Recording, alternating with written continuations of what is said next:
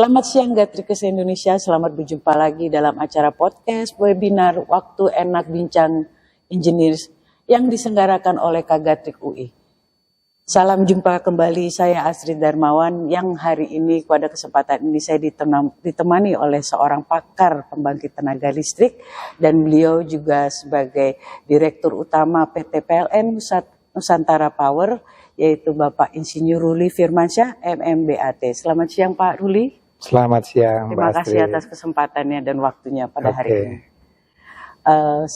Di sesi pertama kita akan mengenal sedikit lebih jauh tentang profil Pak Ruli. Bisa diceritakan mungkin kepada para Gatrikes Indonesia tentang jenjang karir dan juga jenjang profesi Bapak. Saya lulus dari UI tahun 90. Dan saat itu saya langsung bergabung di perbankan. Perbankan. Dulu kan lagi booming ya, perbankan. Saya coba masuk di perbankan, masuk ke Lipo Bank.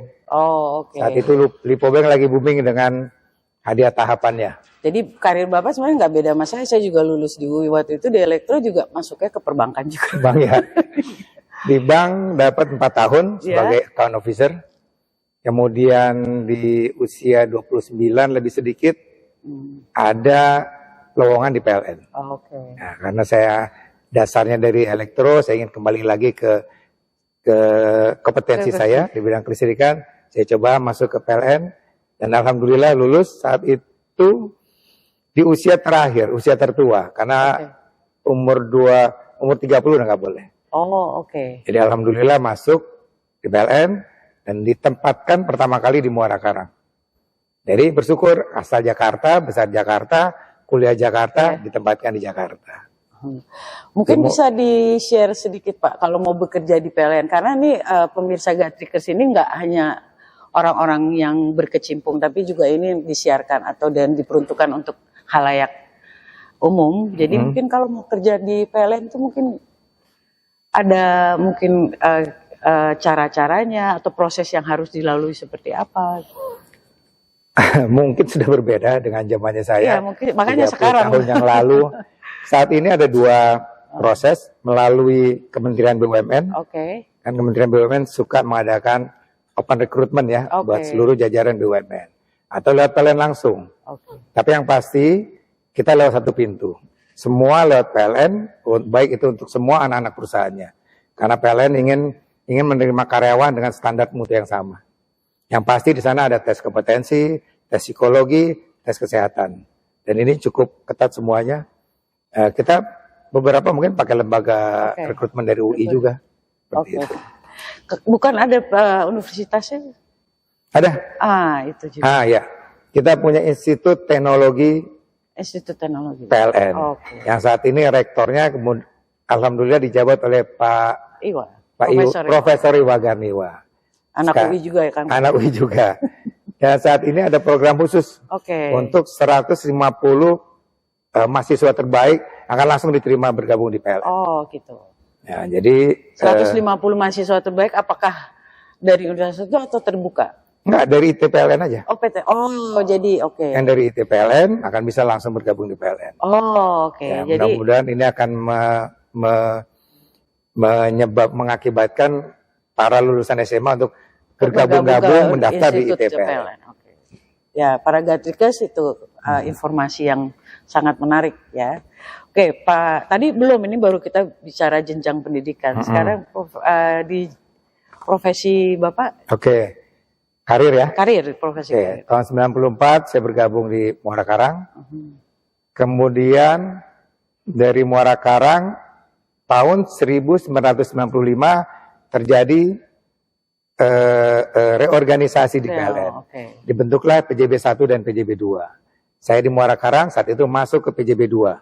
PJB 1 sekarang namanya IP. PJB 2 berganti nama dari PJB 2 menjadi PJB yang tidak ada duanya atau PJB. PJB aja. Itu tahun 95. Tahun 2023 terjadilah holding subholding. Makanya sekarang berubah menjadi Nusantara Power. Saat itu saya dari Muara Karang, saya ditarik ke Surabaya. Karena kantor pusat PJB ada di Surabaya. Di Surabaya saya dulu menghindari sektor keuangan. Makanya kembali ke PLN karena ingin bergabung di perusahaan listrik. Ya, Di Surabaya, saya ditempatkan di proyeksi keuangan. Ya. Kembali lagi. Karena ya mungkin karena latar belakang Bapak kalau dilihat, ya kan? Itulah kondisi yang agak dilema bagi saya. Saya mau kerja beneran, serius. Sebagai engineer maksudnya? Ya, kalau saya beneran serius di keuangan, saya akan lari ke keuangan terus. Nggak bisa kembali ke engineer. Kalau saya memberikan kinerja yang tidak baik, akan rusak nama saya. Nah, di proyeksi keuangan itu kebetulan cukup bagus karir saya, hingga saya mau ditempatkan di posisi risiko. Risiko itu bagian baru yang akan diterapkan di PJB. Posisi saat itu lebih tinggi 2 grade dari grade saya. Ya, kalau saya ambil di sana bagus posisi untuk saat itu, tapi saya nggak nyaman. Nah, disitulah saya harus mengambil langkah. Mungkin kalau Nabi Muhammad hijrah kali ya. Hijrah. Saya minta ke manajemen untuk kembali ke teknik, walaupun grade-nya lebih rendah. Nah, saat itu ada posisi manajer unit di Talang Duku. Cuman 20 mega dan grade-nya di bawah saya, tapi saya ikut fit and proper di sana. Karena saya ingin kembali ke jalur saya. Ke bagian teknologi ya. Ya, alhamdulillah fit and proper lulus, saya ditempatkan di Talang Duku. Talang Duku itu dari Palembang, jalan darat 2 jam menuju Jambi. Sepi, jauh dari mana-mana. Tapi itu waktu itu udah berkeluarga belum? Sudah. Sudah. Jadi ikut semua hijrah juga? Enggak, keluarga saya di Jakarta. Sana kecil sekali, hutan di mana-mana. Saya cuma dapat 1 kamar aja tinggal di sana. Karyawan cuma 3 orang, yang lainnya outsourcing. Tapi ya alhamdulillah itu jalan yang saya ambil yang merubah. Langkah awal ya. Merubah jalan hidup saya ke depannya. Di sana walaupun kecil, namanya manajer. Jadi kalau ada rapat, ada rakor, saya duduk bersama manajer-manajer yang lain di depan direksi. Ada rakor, saya ikut presentasi juga. Walaupun unit-unit besar, presentasinya 30 menit, 1 jam, saya cuma 5 menit. Tapi saya presentasi di depan direksi. Saya dikenal oleh direksi. Pada saat ada peluang di tempat lain yang lebih besar, saya bagian yang diikutkan dalam fit and proper. Walaupun beberapa kali gagal itu bagian dari perjuangan saya. Jadi untuk teman-teman juga kalau gagal sekali, jangan langsung patah semangat. Bangun lagi, masih banyak kesempatan lain. Saya 2-3 kali gagal nggak apa-apa. Saya ikut tes lagi, akhirnya kembali ke Jakarta. Naik menjadi manajer unit pemeliharaan Muara Karang. Saat itu terjadi reorganisasi lagi. Muara Karang digabung jadi dengan Cirata dan Muara Tawar. Membesar, namanya GM. Ke bawah lagi jadi GM. Ikut fit and proper lagi di Muara Tawar. Masuk lagi Muara Tawar. Sampai akhirnya saya mungkin merupakan orang pertama yang pindah dari PJB ke PLN lagi. Ya, dipercaya sebagai GM Sumatera bagian selatan. Membawai setengahnya Sumatera, khusus bidang pembangkitan. Jadi dari tadinya saya cuma megang 20 mega, sekarang megang 2000 mega di Palembang. Dari Palembang sudah bagus, sudah masuk manajemen atas PLN, artinya perputarannya juga ada level yang baik. Saya pindah ke Jogja sebagai GM unit pembangkitan Jawa Bali, membawai 10.000 mega dari 2.000 mega. Dari situ masuk ke PLN Pusat sebagai kepala divisi regional Kalimantan. Setahun mau pensiun, alhamdulillah dipercaya jadi Dirut Bahtera Diguna, dan sekarang alhamdulillah menjadi Dirut Nusantara PLN Nusantara Power. Ya, itu perjalanan ya Prof, karir Bapak yang kalau saya lihat mungkin Bapak tadi punya pesan ya sedikit, kalau memang kita mau menanjak karir, carilah tempat-tempat yang memang eksis ya, kita terlihat lah. Nyaman kerja di sana, enak kan kerja dengan kondisi nyaman, kita punya kemampuan di sana, maka akan mendapatkan hasil yang maksimal pastinya. Makasih. Para Gatrik, sekarang kita masuk ke sesi kedua, kita bicara tentang PT PLN Nusantara Power. Pak, bisa sedikit diceritakan secara sekilas ya berdirinya dan juga perkembangan dan peranannya sekarang pada PT PLN secara PLN yang besarnya ya Pak. Oke. Seperti saya jelaskan tadi, Nusantara Power berdiri sejak tahun 2022. Oh, oke. End state-nya per 1 Januari 2022. Bukan yang 1995 itu tadi? 95 PJB. Oh, PJB, oke. PJB, ya. Oke. 95 PJB, saat itu PJB mempunyai kapasitas pembangkit sebesar 7 giga. Saat ini, pada saat pembentukan Nusantara Power, kita mendapatkan hibah aset baru dari PLN Pusat, hingga sekarang kapasitas kita jadi 18 gigawatt. Sebelumnya aset kita setara dengan 150 triliun, sekarang diorder 350 triliun. Dengan omset hampir mendekati 100 triliun per tahun. Pegawai juga memekak dari 3.000 menjadi 5.000 sekian. Ini merupakan perusahaan yang sangat besar, Mbak Astrid. Mungkin kalau disetarakan dengan perusahaan Genco di ASEAN, kita merupakan salah satu perusahaan Genco yang terbesar. Lebih besar dari perusahaan Malaysia, Singapura, maupun Thailand. Dengan omset hampir 100 triliun, dengan jumlah mesin yang ratusan, kita punya beberapa jenis pembangkit, yang fosil, ada PLTU batubara, ada PLTU minyak, kemudian ada gas, untuk biomas, untuk energi baru terbarukan, kita punya PLTA, kita punya solar panel. Kedepannya dan saat ini sedang digarap adalah PLT Bayu. Tadi bukan ada hidrogen? Hidrogen belum bentuk pembangkit, tapi memanfaatkan ekses hidrogen yang ada di Muara Karang. Kita coba konversikan menjadi listrik hingga bisa dipakai di kendaraan listrik. Ini kemudian Jadi tadi ke Indonesia, jadi Nusantara Power, PLN Nusantara tadi sebenarnya didirikan boleh berubah namanya kan tadi PJB kan? Berubahnya itu tahun berapa tadi? 2022. 1 Jadi Januari, baru, ya, Pak, ya? baru 2 tahun ini. Tadinya kantor kita di Surabaya, cuman karena perubahan. Ya, itu kenapa dipindahin ke sini? Perubahan bisnis, karena dengan organisasi yang sekarang, di root-nya subholding, jadi kita punya 4 subholding, subholding Nusantara Power, subholding Indonesia Power, subholding Energi Primer Indonesia, dan subholding Icon Plus. Semua di root dari 4 subholding ini masuk dalam jajaran eksekutif direkturnya PLN. Eksekutif direktur.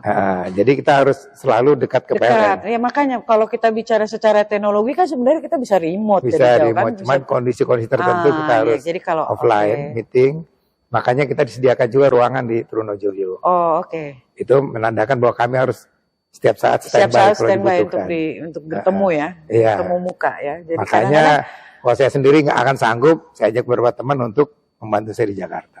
Iya, makanya dia juga begitu Pak ya. Walaupun kita udah masa online, tetapi kita manusia secara karena kita makhluk sosial tuh kayaknya tetap ya harus bertatap muka ya, supaya kelihatannya kayaknya lebih afdol gitu ya. Kayaknya kok nyambung gitu kan.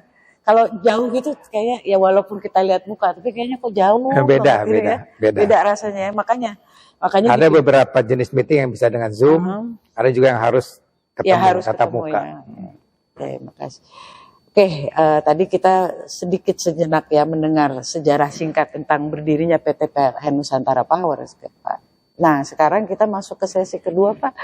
Ini tentang program pemerintah terhadap energi yang ramah lingkungan ya, atau net zero emission. Bapak sebagai direktur PT PLN Nusantara Power itu bisa diterangkan secara singkat tentang programnya baik jangka pendek maupun jangka panjangnya terhadap untuk mendukung program net zero emission. Sudah cukup banyak yang kami lakukan dalam rangka penurunan emisi di dunia, dalam hal ini di Indonesia. Salah satunya adalah kita sudah melakukan program co-firing. Co-firing itu adalah pembangkit batu bara yang sebagian bahan bakarnya kita ganti dengan biomasa. Ya, saat ini sudah mungkin order 5% batu bara kita gantikan dengan biomasa, dan itu akan meningkat terus. Tahun ini sudah 5%, diharapkan tahun 2025 nanti sudah sampai 10% co-firing kita lakukan untuk menurunkan emisi. Dalam rangka menuju net zero emission ya. Kemudian kita juga tidak membangun lagi pembangkit-pembangkit dengan bahan bakar batu bara. Sudah zero. Ketiga, proyek ke depan pembangkit-pembangkit yang kita bangun adalah pembangkit-pembangkit energi baru terbarukan. Dalam 6-7 tahun ke depan, PNP ini mendapatkan tugas dari PLN Pusat untuk membangun 6,3 gigawatt pembangkit energi baru dan terbarukan. Ini membangun maksudnya di tempat baru atau yang mungkin yang udah lama apa ditransformasi apa sebagian besar baru. Oh, baru. Okay. Di sana ada air, ada bayu, ada solar panel, ya, ada air, lanjutkan. Jadi sebagian besar baru. Tapi kedepannya kan bisa akhirnya karena kalau batu baranya udah di stop, mungkin akhirnya ditransformasi ya. Apanya? Jadi dirubah jenis pembangkitnya. Atau harus cari lokasi baru aja? Kalau nanti teknologi hidrogen sudah komersial, mungkin yang pembangkit PLTU kita yang tadinya pakai gas, kita ganti hidrogen. Karena gas juga kan punya keterbatasan. Gas masih kita butuhkan sampai 10-15 tahun ke depan, karena akan kita manfaatkan sebagai base loader. Karena nantinya gas biasanya dipakai untuk lebih banyak pada industri atau? Nanti mungkin ke listrik yang lebih besar, karena listrik lebih banyak bisa dimanfaatkan gitu ya. Ya, nanti sebagai base loader sekarang kan PLTU, ya Mbak Astrinya, PLTU batubara. Padahal PLTU akan mulai dipensiunkan dan tidak akan dibangun baru. Kira-kira kapan? Maksudnya? 2060. 2060. Oh, yang gambarnya 2060 ya. Nah, sekarang tunggu sampai dia pensiun sesuai usianya. Tapi yang pasti nggak bangun baru. Padahal walaupun nggak bangun baru, kebutuhan demand kan terus nambah. Iya. Nah ini base loader nggak bisa kita pakai solar panel. Karena solar panel itu malam nggak ada listrik. Dan dia di siang juga intermittennya tinggi. Harus ada base loader yang akan menahan intermitten itu. Base loader yang ada, yang sekarang bisa diandalkan adalah cuman air, gas nantinya, sama nuklir. Kalau bayi juga kan naik turun juga, kadang-kadang ada, kadang-kadang namanya juga angin-anginan kan. Jadi akan dikembangkan nanti nuklir, bayu, nuklir, air, dan gas. Tapi gas juga ada usianya, ada masanya yang akan habis. Mungkin nanti nuklir, pemerintah akan ambil sikap di pengembangan nuklir ke depannya. Jadi kalau kita bicara kalau kita bicara jangka pendek itu masih kita bicara transformasi. Tapi kalau jangka panjangnya nanti lebih banyak proporsionalnya lebih banyak di angin atau di jangka panjangnya ya Pak ya. Pembangkitan itu kan harus bertahap sih. Saling punya tanggung jawab. Untuk peaker mungkin seperti inilah, kayak matahari kan ada keterbatasan, cuman ada 4 jam aja. Matahari itu maksimal tuh 4 jam, jam 10 sampai jam 2. Pagi itu kecil karena matahari belum di puncaknya. Sore juga udah mulai turun. Juga turun juga listriknya. Jadi sebenarnya maksimal menyerap matahari itu cuma 4 jam. 4 jam rata-rata. Itu kira Mbak Asin bisa bayangkan. PLTU 100 mega. 100 mega PLTU sekarang kecil. PLTU yang sekarang tuh udah 1000 mega. 1000 mega PLTU ultra critical. 1000 mega satu mesin. Taruhlah yang 100 mega yang 1/10-nya. 100 mega dia bisa beroperasi non-stop 24 jam. Kalau itu diganti solar panel, taruhlah 1 mega itu setara dengan 1 hektar. 100 mega berarti 100 hektar. Baru 4 jam. Padahal kan itu 24 jam butuh. Berarti 6 kalinya. 600 hektar tanah digunakan hanya untuk 100 megawatt PLTU batubara. Bisa dibayangin, belum baterainya untuk nampung dia di malam hari. Costnya sangat tinggi. Dan juga faktor intermittennya. Untuk itu dibutuhkan base loader untuk menahan intermitten itu. Makanya harus tetap ada base loader, harus tetap ada air bayu untuk memaksimalkan energi baru terbarukan ya. Tadi kan kita bicara solar surya ya, tenaga surya. Kalau kita bicara angin ini gimana Pak?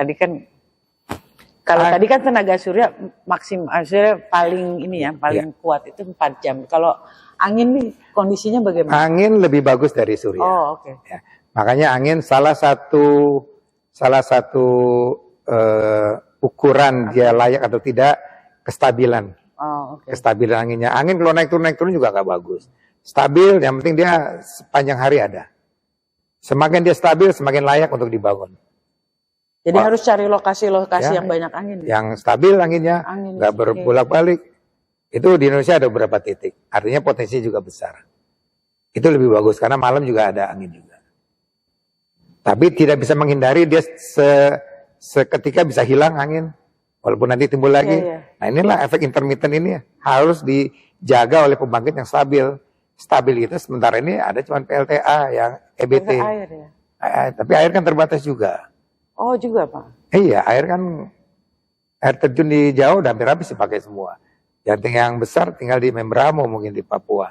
Tapi beban jauh di sana. Jadi dasarnya kalau tenaga air itu harus air terjun ya? Apakah air terjun, air datar mana bisa? Iya, saya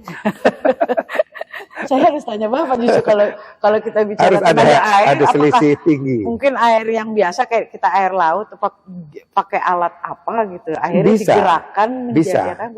Cuman powernya nggak sebesar air terjun. Kalau air laut namanya pembangkit listrik pasang surut.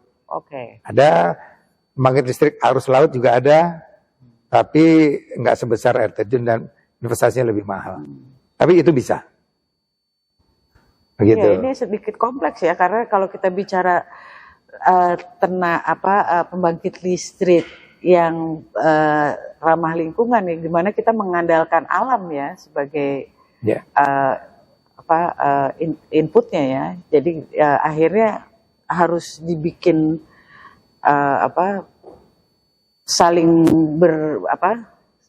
yang tadi tenaga air, tenaga surya, tenaga ini ya. Jadi, kalau tadi Bapak juga menyinggung tenaga nuklir, nah tenaga nuklir nih, menurut Bapak apakah itu lebih bisa stabil gitu? Nuklir itu kan basisnya PLTU. Iya. Ya, nuklir sekali kita injeksi bahan bakar, pembangkit itu akan hidup 20 tahun. Stabil ya. Stabil ya. Oh, jadi makanya mungkin ini pendapat saya ya. Ya, mungkin itu pendapat saya sepertinya kita akan sulit untuk tidak beralih tergantung ke nuklir sebagai base loader.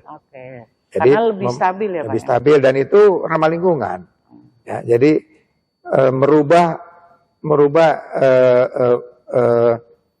merubah pembangkit dari fosil ke non fosil, dari fosil ke EBT nggak segampang merubah telapak tangan.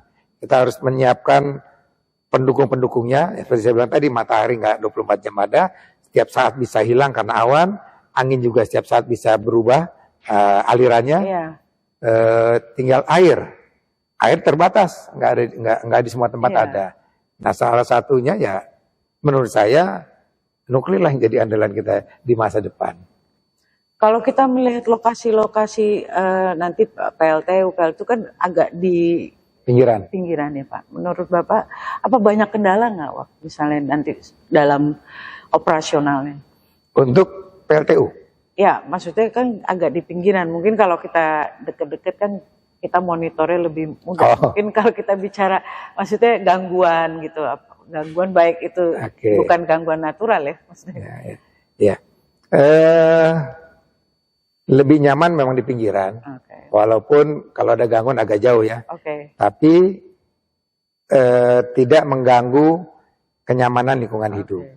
Kalau kita di tengah penduduk itu biasanya malah repot. Apa-apa diprotes, diperbising, diprotes. Ada pencemaran limbah sedikit, diprotes. Dan memang pemerintah juga nggak akan mengizinkan membangun pembangkit di tengah-tengah pemukiman. Jadi kebijakannya di luar. Memang di tempat jauh. Ya. Kasih, Pak.